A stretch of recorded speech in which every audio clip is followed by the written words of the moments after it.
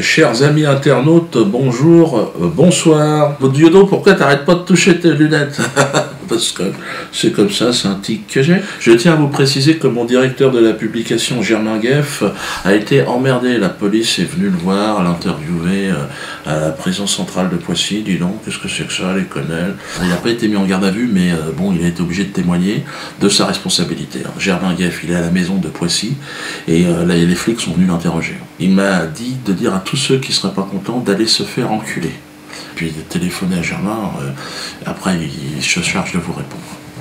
Mais il me fait peur, il avait l'air motivé. Alors je me vois obligé évidemment, par la force des choses et des événements, de revenir sur cette interminable et finalement indigeste affaire Ilan Halimi.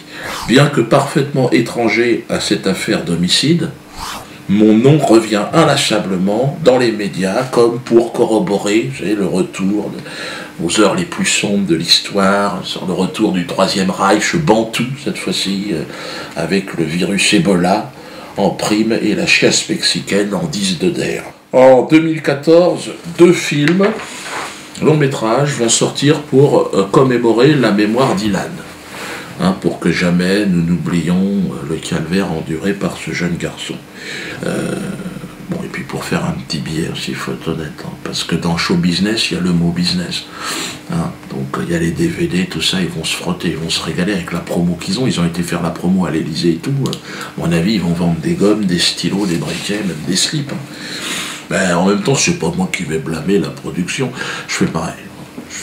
Là, j'ai pas de t-shirt, mais je serai en tournée. Tiens, je vais en profiter pour faire la promotion sur le dos d'Ilan. Alors, Strasbourg, le 18 avril. Le 20, ce sera à Mâcon. Venez à Strasbourg. Ça les fait chier, on remplit, c'est bravo. Le 26 à Saint-Étienne, je serai le 27 à Clermont, Zénith aussi. Et le 13 juin, cette fois-ci, à Lyon. Le reste, c'était au mois d'avril. La BD se vend très bien, alors profitez-en avant qu'elle soit interdite, la BD. Ouais, ça marche bien. Ouais, les gens aiment bien, ils aiment se détendre.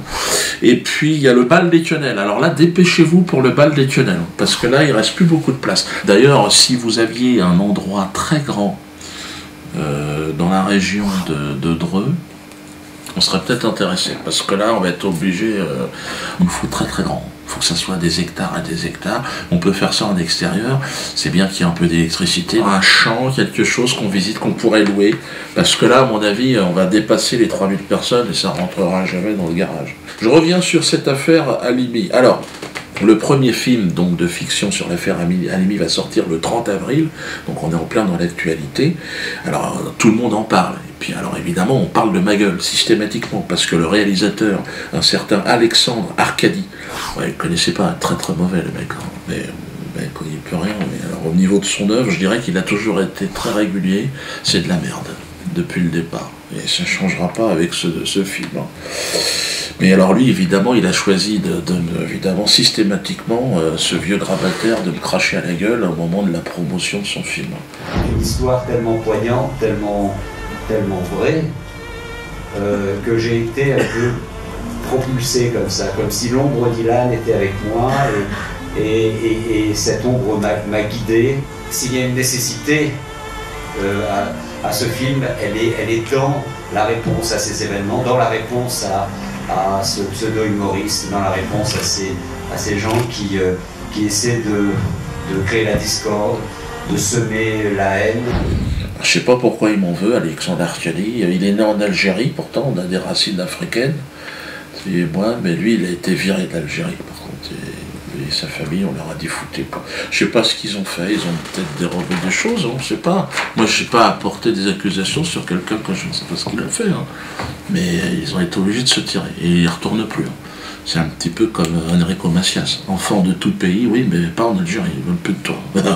Enfant de tout pays, tendez vos mains, meurtrier, semer l'amour, et puis donner la vie.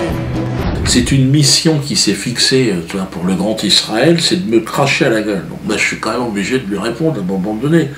Tout ça, ça avait commencé avec Julien Drey d'ailleurs. C'est lui, au moment des événements d'Halimi, à l'époque, moi je te parle, il y a 8 ans, c'est lui qui m'avait craché à la gueule. 2005. Allez-y. Ilan Halimi. Oui. Tout seul, oui, je dis, Il porte une responsabilité morale. Il m'en veut à mort.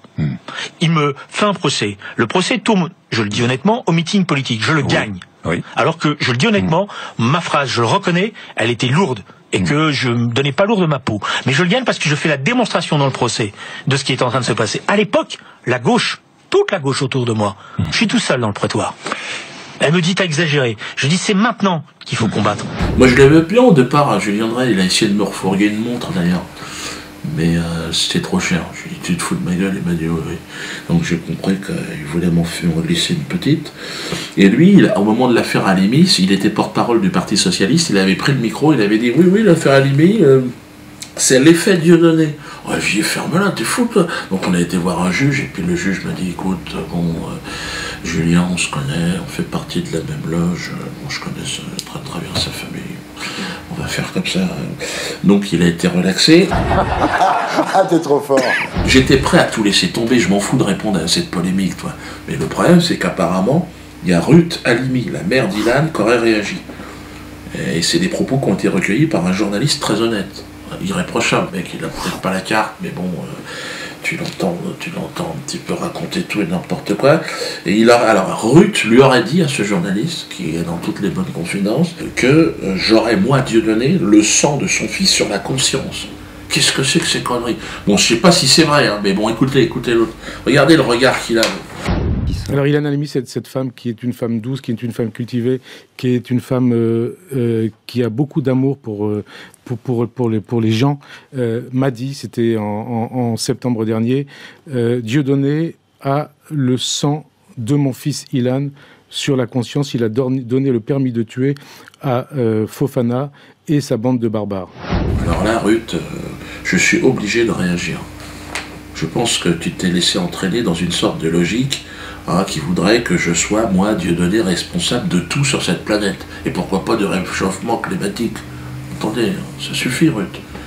Je veux dire, moi, je n'ai absolument pas à avoir la mort de ton fils sur la conscience. Qu'est-ce que c'est que cette histoire? On ne se connaît pas, Ruth. Je t'ai jamais vu. J'ai jamais vu Ilan, je ne vous connais pas. Alors, tout ça n'a absolument aucun sens. Moi, je pense que tu as vécu un choc psychologique extrêmement brutal. Ça, j'imagine. Je ne peux même pas l'imaginer, j'imagine. Mais moi, je suis un humoriste, Ruth Halimi. Je fais des sketchs. Je n'ai rien à voir, non, ces conneries-là. On a abusé de ta souffrance et de ta naïveté. Tu ferais mieux, d'ailleurs, Ruth, de te retourner vers ceux qui instrumentalisent la mort d'Ilan. À des fins commerciales aujourd'hui avec les deux films, mais politiques aussi. Tu vois. Et t'en prendre à moi aujourd'hui, je trouve que c'est pas honnête. Enfin, je dis que ce que je pense. Hein. Si j'avais été face à Ilan, jamais je lui aurais fait le moindre mal. Et je sais qu'au fond de toi, Ruth, tu n'as absolument aucun doute là-dessus. Évidemment. Au pire, je l'aurais pas fait marrer. Mais bon, ça, à la limite, c'est pas trop grave. D'accord que tu échangerais bien les deux situations. Bref. Je sais aussi que le film qui va sortir 24 heures, ce film est inspiré de toi, d'un bouquin que tu as sorti et de ton expérience. Je m'appelle Ruth Halimi, j'ai 3 enfants. C'était un jour d'hiver, il faisait de plus en plus froid. Et ma vie a basculé d'un coup. Tout est vrai, bien trop vrai. Je pense que tu as fait ce livre pour essayer de transcender une souffrance et puis pour que cette expérience ne se renouvelle pas. Eh bien moi je suis d'accord pour t'aider dans cette direction. Je suis contre la violence sous toutes ses formes. Hein. Bon, la violence humoristique, bon, à la limite, ça peut être une soupape aussi. Il faut aussi comprendre qu'il faut que ça sorte de quelque part. Hein. Et puisque tu me tiens comme responsable dans la montée d'un antisémitisme islamo-bamboula qui viendrait d'arriver, donc j'aurai une sorte de responsabilité, visiblement, dans ton esprit. Mais je te propose de faire un appel à la paix, toi et moi. Un appel en commun. Je pense que c'est une idée qui doit pouvoir t'intéresser. Afin d'apaiser les tensions, qui ne sont d'ailleurs le fruit que de malentendus, je te propose d'organiser donc éventuellement un rendez-vous tous les deux. On pourrait prendre une photo, discuter un petit peu, et puis faire un appel à la paix, à la tolérance et à la réconciliation nationale.